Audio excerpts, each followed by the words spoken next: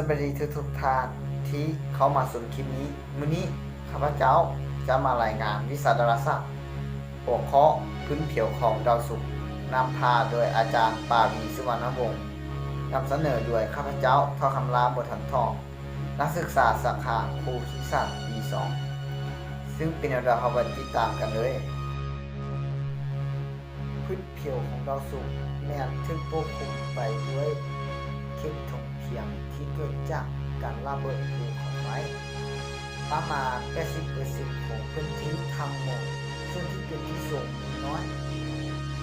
บริเวณที่สูงของแอฟริกามีรูปร่างคล้ายคือแนวกองวางตั้งอยู่เหนือเส้นสูงสุดของดาวศุกร์บริเวณขั้วเหนือของดาวมีภูเขาขนาดใหญ่ชื่อว่าเมโยมาเตสซึ่งมีความสูง 11 กิโลเมตรสูงกว่าภูเขาอีเวอเรสต์2 กิโลเมตรและมีพื้นผิวแข็งทัศนวิสัยถึงพื้นดิน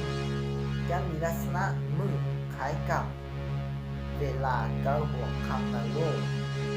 ถ้าเขาย่างในดาวศุกร์จะคล้ายกับย่างเต้าน้ำเลิก1 ไมล์หรือ26 กิโลเมตรเพราะบรรยากาศมีความกดดันสูงมีลูกกระบะขนาดยาว 1.5 ถึง 2 กิโลเมตรขึ้นไปและถ้าสิ่งของน้ำหนักในโลก100 กิโลกรัมไปดูในดาวศุกร์จะแม่น91 กิโลกรัมพื้นผิวส่วนใหญ่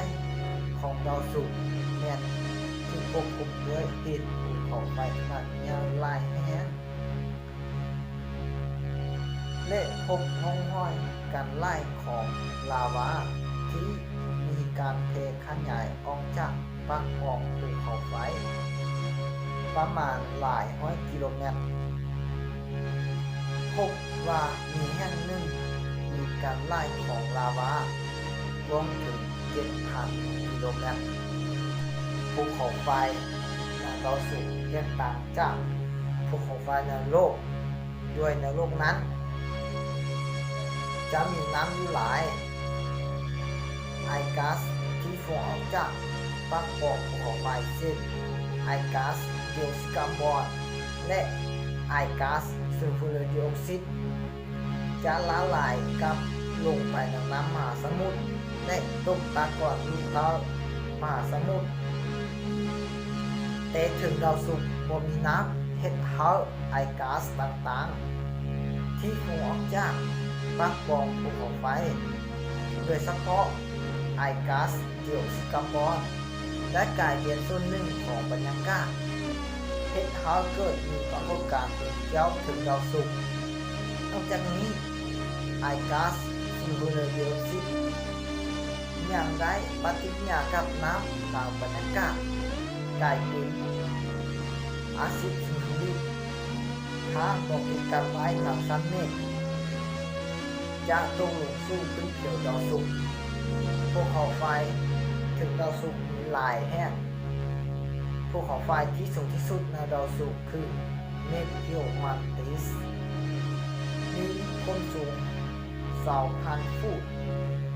หรือ 8.8 กิโลเมตรคล้ายกับภูเขาไฟที่สูงที่สุดในโลกคือภูเขาอีเวอเรสต์ภูมิประเทศถึงดาวศุกร์มีฝุ่นไอกัมมันถันเพราะอดีตมีการปะทุภูเขาไฟได้สงบลงเมื่อ 300-500 ล้านปีที่ผ่านมาและทุ่งเพียงถึงดาวศุกร์คืออิสตาเตรา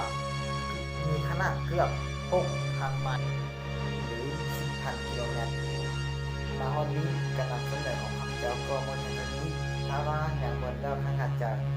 ก็สามารถกดคอมเมนต์ลงได้เลยขอบใจทุกท่านที่รับชมจนถึงจบ